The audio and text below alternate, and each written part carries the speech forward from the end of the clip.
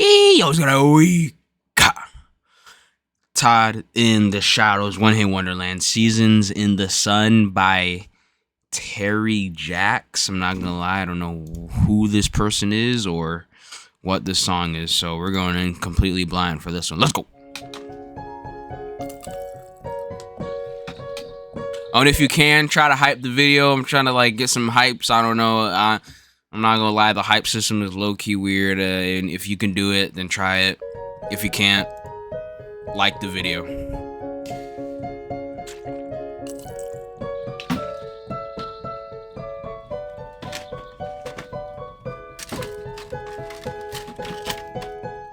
Got the fucking cinnamon twists. Welcome back to One Hit Wonderland. Taco Bell. We take a look at bands and artists known for only one song.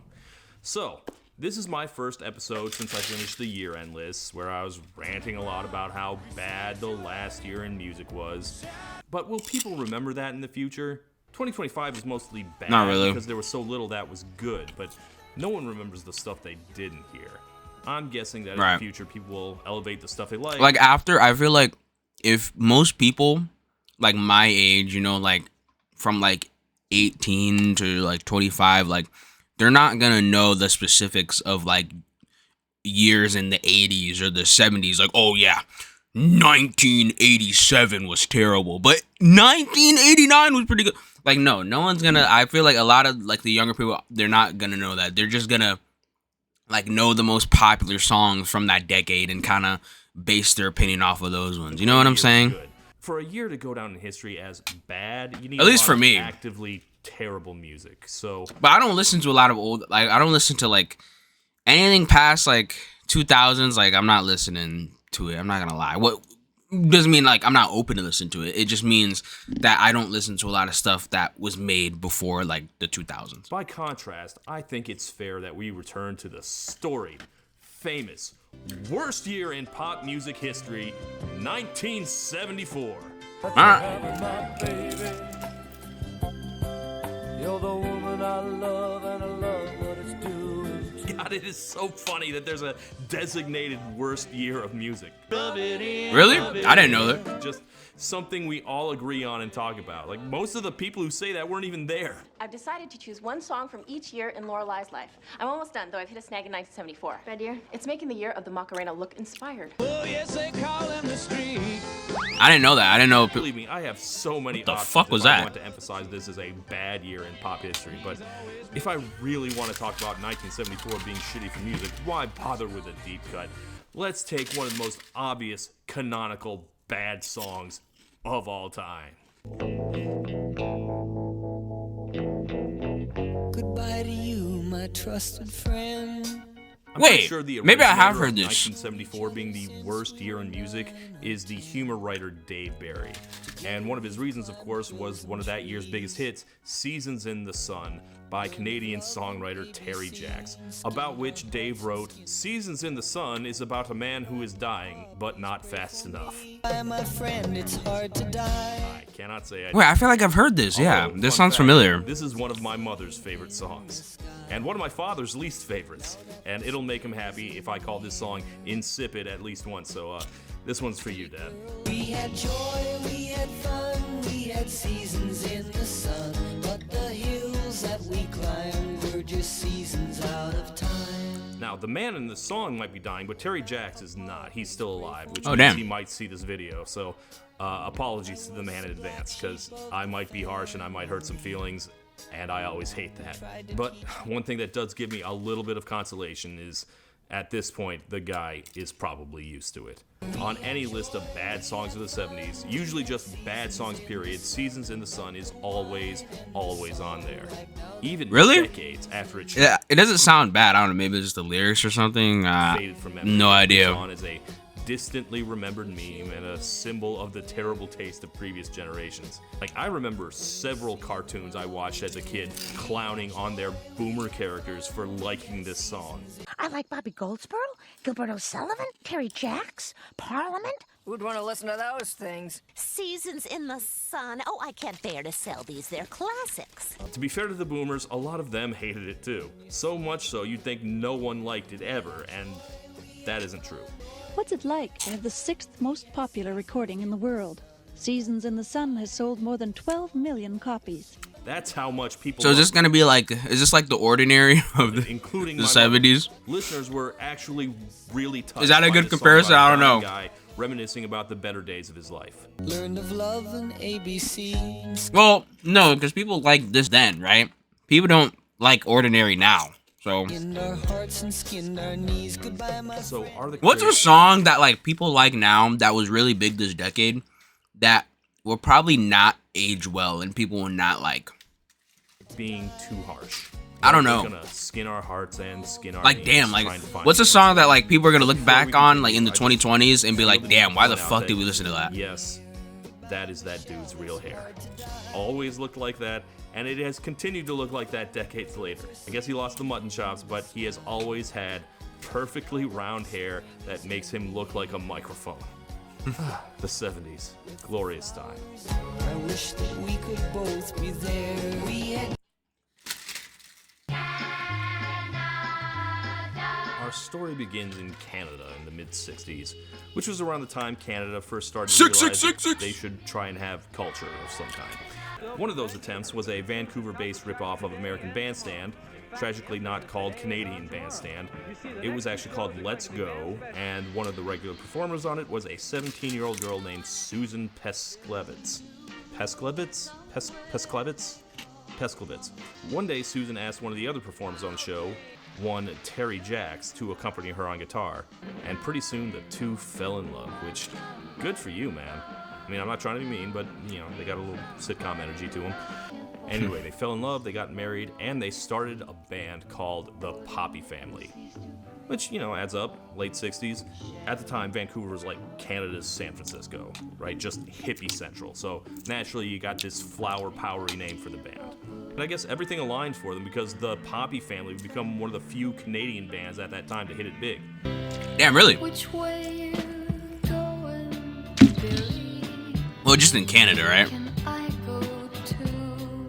This is their biggest hit, Which Way You Goin', Billy?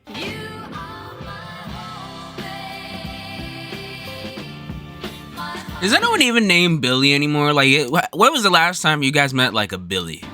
That's like a fake name. Not my That nobody, personal like, favorite uses hippie anymore. song. They're a little too poppy for my taste, honestly. I like my dirty hippies a little dirtier, but you know, this is not terrible. It's fine. It's about how she loves some guy named Billy and wishes she could follow him everywhere. And Terry says he wrote it when he was actually thinking about the poor schmucks getting sent off to war away from their loved ones. So that's two Vietnam songs about women losing guys named Billy. Yeah, there's another song from 1974 everyone hates. So Terry wins that one, I guess. Which way you going, Billy? Which Way You Going? Yeah, Billy kinda- got all kinda like way the to sound of number that. 2 in America. Damn, Kept okay, off I guess the not. only Wow. By Ray Stevens, and then They were the fucking successful in the U.S. too. No shame in getting beaten by the best. The Beatles and Ray Stevens. The band never really had a hit on that level again, but you know, they stuck it out for another few years, and some of those tracks are pretty decent. I never knew where evil grew. Wait a minute. Where do I know this from?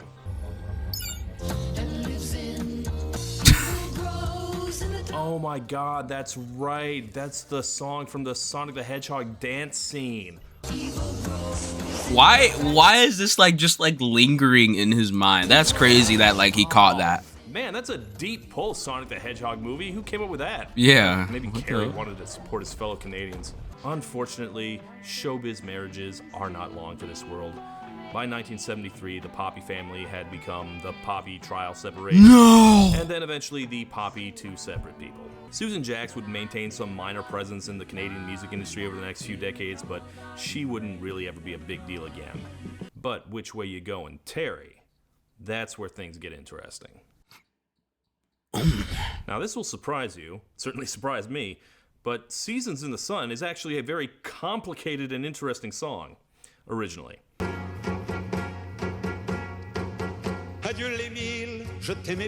We are gonna roll backwards to 1961, and to What? the beloved Belgian songwriter Jacques Brel. Brel was a really important guy. All sorts of great artists cite him as an influence. David Bowie, Leonard Cohen. Now, I am not very well versed in the glorious history of French chanson, so I'm not going to go deep on him, but he is in fact the original writer of this song. In its original French, this song is called Le Moribond, or The Dying Man. Oh, and then like fucking Terry Jacks talk about like this song is about a dying dude or something. On his deathbed saying goodbye to all his loved ones. The first verse is dedicated to Emile, his best friend. You know, remember the good times, man. We had joy, we had fun, etc. And the second verse is to the priest, like, you know, Father, we took different paths in life, but I think we were looking for the same things in the end. Please look after my wife. And the third verse is to Antoine. Adieu, Antoine. Je t'aimais pas bien. Antoine, go fuck yourself. What? Damn, that's crazy hater behavior. He really does not like Antoine. He's like, yeah, I guess you'll be looking after my wife too, Antoine, since you were fucking her behind my back. Damn. Shit. I love this. How did Antoine get invited to be there at this guy's last moments? Ugh. French are built different. And then the last one's to his wife, you know, I love you, we'll meet again someday, and now my eyes are closing shut. Just like I kept them shut throughout our marriage so I could pretend I didn't see all the men you were fucking. Oh, yeah, a lot of things going on in this. A lot of different tones. It's very, very French. Or French language, at least. Now, Brel was popularized in the English-speaking world thanks to a guy named Rod McEwen, occasional composer and songwriter, but most famous as a best-selling poet, one of the most popular authors of poetry of his generation. And if you go through his Wikipedia, there is a whole section of critics just absolutely trashing him left and right. Snobs hated him. In fact, today's New York Times obituary says critics found his work facile, tepid, and aphoristic. Yeah, just pages and pages of critics calling him the hackiest Hallmark card schlock poet, getting angry at having to discuss him. And one of those critics listed is Esquire magazine columnist Nora Ephron, which is very funny considering the stuff she got famous for later. No idea what that is. So besides writing crappy poetry, I'm too young for this shit, bro. Translated all of Brel's work into English, including Le Moribond, renamed in English as Seasons in the Sun. We had joy, we had fun. McEwen's version is not a direct translation. And so I'm guessing Terry Jacks, he covered this version, so it's a cover of a cover, the second or like a remake instead of the priest, and Antoine doesn't make it in there. And you know, I don't know about some of these lyrical choices, but the stars we could reach were just starfish on the beach. But you know, it's not like a butchering or anything. He did preserve some of it. I'd do Francoise, my trusted wife. Without you, I'd have had a lonely life. You cheated lots of times, but then still funny. I forgave you in the end, though your lover was my friend. Now, since the 60s were a decade of cover songs, lots of artists took their shot at it. We had joy, we had fun, we had seasons in the sun. The first recorded was actually the Kingston Trio, and theirs would be the most famous version for a while. McEwen recorded several of his own versions, of course. British invasion band The Fortunes put it out as a single. But it wasn't really a hit yet. Not until Terry Jacks got a hold of it in the early 70s and decided to record it. But not for himself. At some point in his travels with the Poppy family, Jacks made friends with the Beach Boys, and he got the offer to produce a song for them in the early 70s. Now, he picked Seasons in the Sun, which makes sense, right? Who knows more about fun in the sun than the Beach Boys? We had joy and fun and Seasons in the Sun till Daddy took the T-Bird away. Okay, it was meant for the album Surf's Up, which is one of the ones the hipsters really love, but the song didn't make the cut. Why not? Well, the Beach Boys are in total chaos at the time, so there are many reasons. Terry said a couple times that Brian Wilson couldn't handle someone else being in charge. According to Mike Love, the problem was that it was, quote, so wimpy. Damn, bro. Let me say, wimpy is a crazy insult. Not God wrong. Damn. You heard it here. It'd mean more if he hadn't also said that about Pet Sounds, but you know, credit due, Mike Love. He said that about Pet Sounds? That's the only like music I've heard from Beach Boys. It was a pretty good album. So you said that was wimpy? No shot. And so here we are in 1974. Goodbye to you, my trusted friend. Terry Jacks is starting his solo career. He decides to revive those old sessions and record the song himself. None of his friends like it. They say it's too sad, but the Paperboy likes it and all his friends like it, so Terry knows he's got something here. So he releases it, and the song Are there still Paperboys in 2026? Is that like a... in other countries at least? Probably in America, that's just like not even a thing anymore. Is that still a thing in like other countries? Paperboys? After several attempts by several people in several languages, it is now a hit. We had joy, we had fun, we had seasons in the sun. A thing that could really only have happened in 1974. Now, last time I covered this year, I put it in an era I call the lame 70s.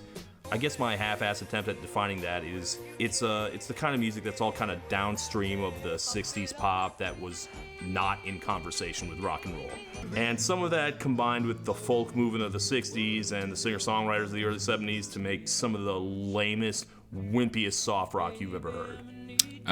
Okay. Dominated the singles charts until the rise of disco. Bye, Papa, please pray for me. Now, Terry Jacks certainly... So it's just lame, that's just it. I don't know that Seasons in the Sun would have been a big hit even then, if not for the fact that Terry wrote a completely different song. Goodbye, Michelle, my little one. He gave it a full rewrite. He took out all the French names, all the stuff about the... So he just took out like all the comedy from it. Disappears entirely, in fact. In actuality, he only changes like a few lines here and there, but to me, it's a completely separate thing. There is no trace of the original at all to me. Goodbye, Papa, it's hard to die. And apparently it worked. That unlocked the song for the vast majority of music listeners of the 70s.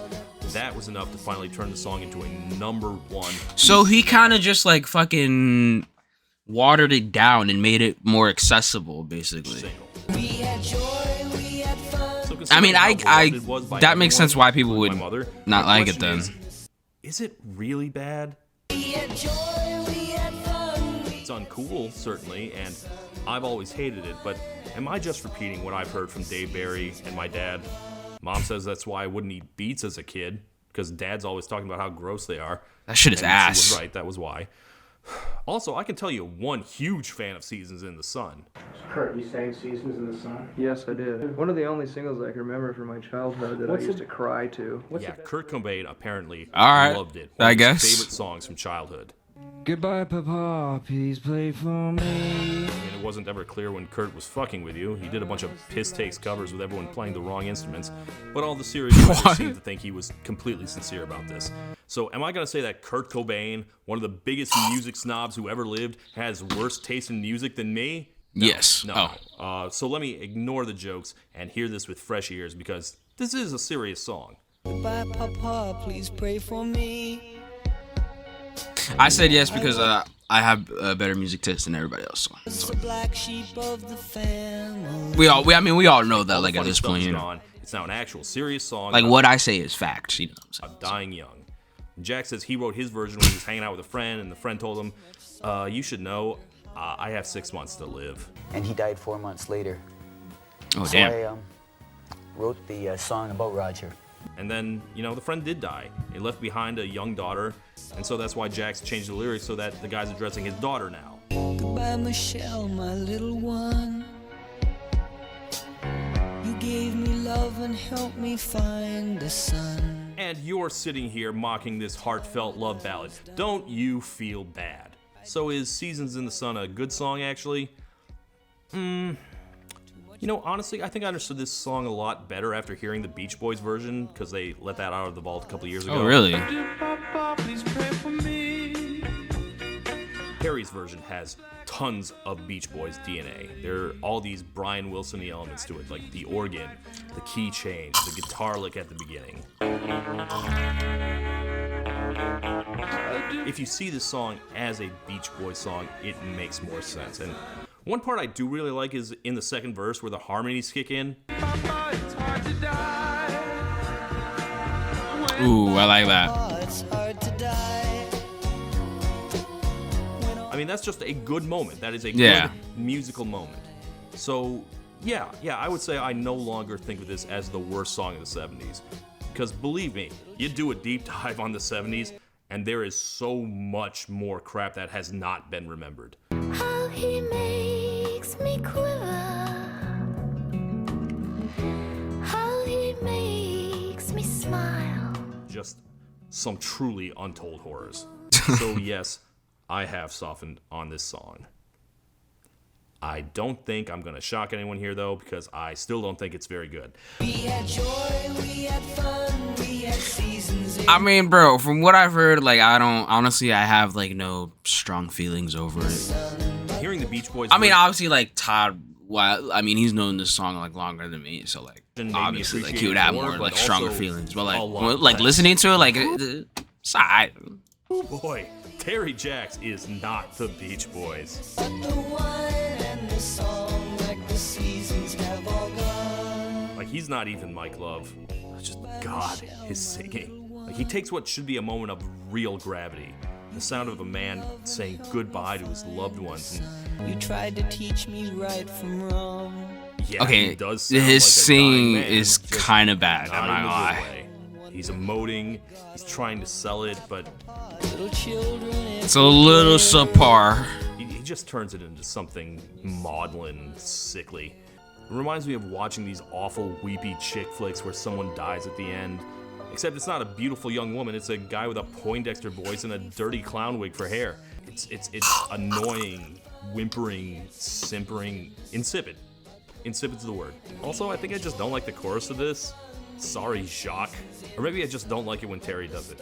Like, this is weird to say about a song that's only ever been performed by white people, but Jax does the whitest version of it.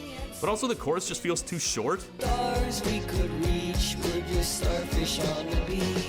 We had joy. It's so short that when he adds the key change, it just feels like he's trying to stretch it out, and it's just awful. People nowadays talk about the death of the key change as proof music is bad now. Like, now people just do like slowed at the end, like they do like a slowed version or like a chopped and screwed version of like the fucking chorus and the outro. do we really need to preserve that? Like some musical cliches. Or they just don't even have like a fucking outro. They just have the song is fucking 2 minutes and that's it. There you go. You're just done. Die like the poor guy in this song. We had joy, we had fun. But Terry Jacks did not die. Terry Jacks was on top of the world, or so you'd think. I actually don't know how much joy and fun he had, but much like the guy in the song, it was over far too soon. Uh-oh. Before I get to the actual follow-up single, I want to make note here of the B-side of Seasons in the Sun, which Kurt Cobain was an even bigger fan of. Because all I know is that there's a better song on the B-side of that single called Put the Bone In. Put the bone in, she asked him at the store. It's about telling a butcher to leave the bone in a cut of meat that's going to be a treat for a doggy. 'Cause my doggy's been hit by a car. And, actually, Terry said he got several members of the 1973 Vancouver Canucks to sing backup. Vancouver Canucks are on background vocals for Put the Bone In? Yes, if you hear those, every time I say put the bone in, they go, put the bone in. Put the bone in. Wait. So the song is about his dog getting hit by a car? So, like, they keep the bone in for the... What?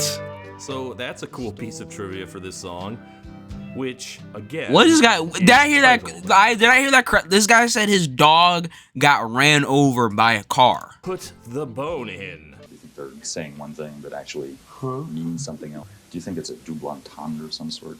Put the bone in.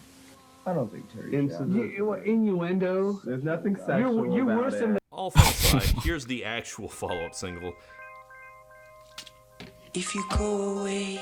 A romantic ballad called If You Go Away. Originally written by the Belgian songwriter Jacques Brel and translated by the poet Rod McHugh. Come on, seriously? But if you stay, I'll make you a day. Okay, so right away, this is an excessively safe choice for a follow-up. And even if we weren't already following up a Jacques Brel song, it'd still be too safe. Because If You Go Away was already a hit for jazz pop singer Demita Joe in 1965, and tons of people had covered it since. Frank Sinatra, Scott Walker, Neil Diamond. You guys think like sampling now is like the covers back then. You know what I'm saying? But I feel like, is covering lazier than sampling? I don't know. Well, probably. I mean, if you're changing, like, I don't know. If you go away, Like, it seemed like there's like hella covers back. Like, we don't get like a lot of covers like today, really. Like, what's like I think does a bar song count as a cover? I don't know. Probably not. Maybe. So I don't know. many versions of this. But even though some of the greatest vocalists of that time had already tried to Fast Car, Luke Combs was a big dose of Jax. That's probably like the last big like cover. Again, the problem is Terry's voice, man. Like, you got this great melodramatic torch song full of drama, full of emotion, and then you give it to a guy who sounds...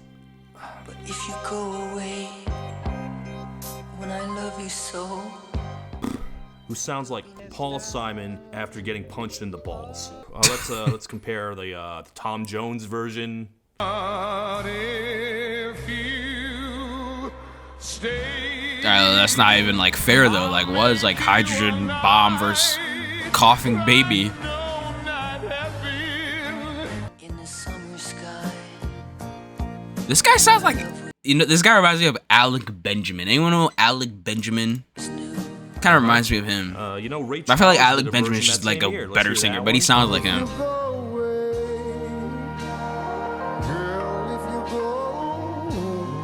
Oh my god, this one's so much better. just an empty room, full of empty space. Right. Terry's version only reached number 68, which is tied with the Damita Joe version for highest charting version, which that's just not fair. Jesus, But bro. it's at least better than the Joker version. You go away, never get apart. I love this movie. Now, he put out one other single from that album called Rock and Roll, I Gave You the Best Years of My Life. Rock and roll, I gave you all the best years of my life. Those were your best? 66 seemed like the year I was really going somewhere. Yeah, this one is a cover also. It's an Australian song about wasting your life. Another cover? Should we like make some original stuff? Companies that didn't like my tunes. You know, understandable cover for a guy like Jax, who was always, but not quite, on the verge of making it. Always one step behind you. For the same reason as all his other songs, it's a hard listen, especially compared to the original by Kevin Johnson, who's a much more weathered, beaten down singer. But I was always just one step behind you. You hear Terry's version, you immediately understand why this particular singer didn't make it big. And she tried to help me understand I'd never be a star. He just Again, sounds you like know a the fucking. He just sounds like a bully victim, bro. I don't know. Like this guy would get like wedgies in the hallway or something, bro. I don't know. He just sounds like that, was bro. also a hit for I someone don't else. know. Like, there's no conviction. Like I'm not It convinced launched by the his chart battle in singing. 1975 to Mac Davis, a forgotten villain of the 70s who made a lot of terrible music. Girl, you're a hot-blooded woman child, and it's warm where you're touching me. But he did have an actual singing voice, and he brought his version all the way to number 15, while Terry's version floundered no higher than number 95. So I think by the end of 75, we can officially say that Terry's season in the sun had officially come to an end. Now, with all these episodes, there's always the same question. Why not more hits? What happened? Did he not have the talent? Not have the songs? Did trends shift around him and he couldn't adjust? All of these things are plausible at least, but considering the success he'd already had, I don't think it explains everything. No, upon research, it turns out the real reason he didn't do more is Terry Jax was just 100% not about that life. Even before the Poppy family broke up, he was done touring. He hated it. I mean, from the sound of his singing, like it sounds When he like had it, his bro. big smash, Honestly, he really tried to take advantage of it. He did very little promotion, For 20 years, there was a guy named Terry Jacques pretending to be him out on tour, but What? the actual guy himself just wouldn't do it. After the record Seasons in the Sun, I didn't do much recording after that. And you might be saying, well, yeah, of course he wasn't about that rock star life. Listen to the music he made. Okay. No, that's not it. You can go see James Alright, he's calling me out now. I feel disrespected. Taylor on stage going, shower the people with love. And then he'd walk off stage and dive into a pile of cocaine. My point is, you gotta love it. And Terry just didn't. You don't like doing interviews, do you? No, I don't do. I do very few interviews. He was already more or less retired by the time he got big. Once he had his Seasons in the Sun money, he moved to the middle of nowhere, and that's where he lives to this day. In fact, I skipped Pretty fucking based, honestly. over his first single, Concrete Sea. No one is meant to be living here in a concrete sea. And it's all about how much he hates the city. I hate going to the cities and the smog and the air conditioning. Every time I come to New York, I get a headache. Yeah, you tell him, Terry. Damn. When I first started out, all I wanted was enough money to buy a boat. We got lucky. I could buy half a dozen yachts just with the royalties from the last record. Now you might be asking, wait, what are we watching right now? Folks, I am overjoyed to tell you that we are now watching Seasons in the Sun, the 1986 TV movie starring Terry Jacks. What? Produced by Terry Jacks. And I have to assume secretly written by Terry Jacks. It aired in Canada, and I wish I could tell you more about how and why this exists, but I cannot. I did watch the entire thing though, and even calling it a movie is really pushing it. I think a good half of it is just his actual home movies. But here's the plot, such as it is. Terry Jacks stars as humongous mega superstar Terry Brandon, who's on top of the world, legions of fans, headlining MSG, and then he gets a possibly terminal illness. But there is a 50% chance that you could die within the next 18 months. So and then he fires wrote out the to song? woods to presumably wait to see if he dies. Great premise for a movie. And boy, if you think he was uncharismatic as a singer, wait till you see him act. It's wrong. I'm completely well again. Well, it's just that, anyway, I told Bernie I've got to take some time off. Terry, I don't understand. Here he is in a gross-ass discarded bathtub. There's your starfish on the beach. Anyway, I'm just gonna play random clips from the movie now, where he, no joke, gets involved in a spy intrigue plot involving the CIA, gets mobbed by his adoring fans and beats up their jealous husbands, has sex in the bathtub, and I guess he's still terminally ill at the end of it. I don't know. Now, I'm leading with that because it's funny, but before that, he also did keep recording music off and on. His immediate follow-up album, The Seasons in the Sun, in 1975 had some charting singles in Canada, but by that point, Canada had passed the laws that forced radio to play Canadian songs, so I'm not sure I count that. Let's check some of them out.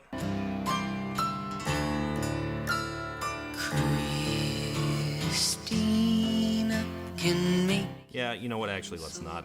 After that one, he put out 2 more albums in the 80s. I don't think they sound very good either.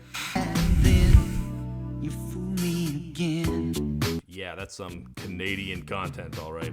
Now, he did do some production for other bands, like Chili Whack, which is a name that means something to Canadians, and oh, here's a fun thing. Here's hardcore punk band DOA covering one of his songs and jamming with him. I never knew where evil grew. That's cool. Okay. But mostly his life afterwards was non-musical. He found Jesus, and he mostly spends his time fighting for the environment, and good for him.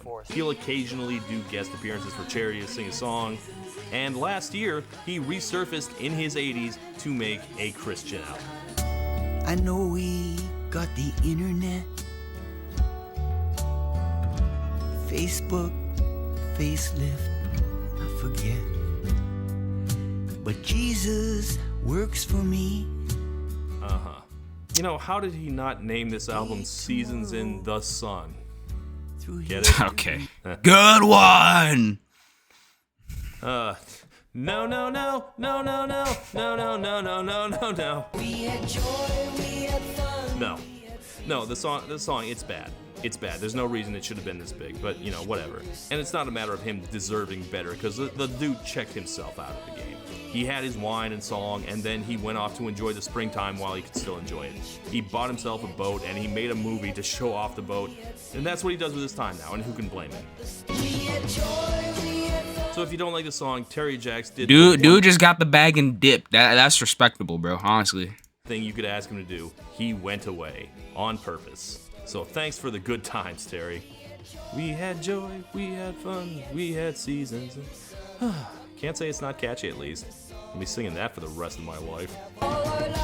You know what else we're gonna be using for the rest of our life? Nebula. Get your Nebula link, Todd in the Shadows. One review for the year. You can buy a lifetime shame on you. These subscription not good for $300 if you want to know why, with the Todd in the Shadows to a good video from my good friend Lindsay Ellis. Code or if you watch link. me, you're probably also a fan of her for reasons. And this new one is about a deep dive into the horrible, horrible world of police body cam YouTube, which is a bunch of channels where you, the unforgiving public, get to gawk and make fun of all the freaks and drunken wrecks that get arrested by the police. Berserk Karen, oh shit. Finding ways to make YouTube even trashier than it already is. Oh my god, this place is a cesspool. Whereas Nebula is not. So if you want to find out all the horrible implications of a world where every embarrassing run-in with the law can be laughed at, not just by jerk cops, but also the public at large, you can watch that video exclusively on Nebula, the creator-built platform that's home to smart, weird, one-of-a-kind shows you won't find anywhere else. And not this crap. And you'll also find exclusives from Maggie Mae Fish and FD Signifier and other people more talented than I am. Yeah, see, they also give out lifetime subscriptions that last for literally as long as both. And if you use Todd in the Shadows code, usually it's $500, you but if you use 300. You can get it only for $300. Oh, so that's shit. Literally a 40% discount. Wow. Or if you just want to do the that's a deal if I've ever you seen can one. get a full 50% off that too using my code. So that'd only be $30 a year or $2.50 a month. There's no ads, no. I wonder how much creators make on I wonder how much the biggest creator on there makes. Body cam YouTube artists and video makers. So if you want to watch more Lindsay and a ton of other amazing Nebula originals, use my link to get 50% off. And again, that's just $30 a year or $2.50 a month. Click the link, scan the QR code, and start watching now. Go do it. Thank you and good night. We had joy, we had fun, we had seasons in the sun. Alright, well, what do you guys think? I'm not gonna lie, what is, I don't even remember his name. Terry Jacks, you know what? Respectable, he got into the music industry, did all this stuff, got the big hit, and dipped immediately. You know what I'm saying? Made a couple of stuff, that he wanted to, and it's just like lives probably in the middle of nowhere right now. So, hey man, that's pretty respectable. The song, it's okay. I think just the biggest problem is just the singing. Like that shit is so weak. Like I don't know, bro. I don't know how no idea. I don't think how. I don't know. I don't fucking know. But hey guys, go subscribe to Todd Shadows. Subscribe to me. Go like the original video and.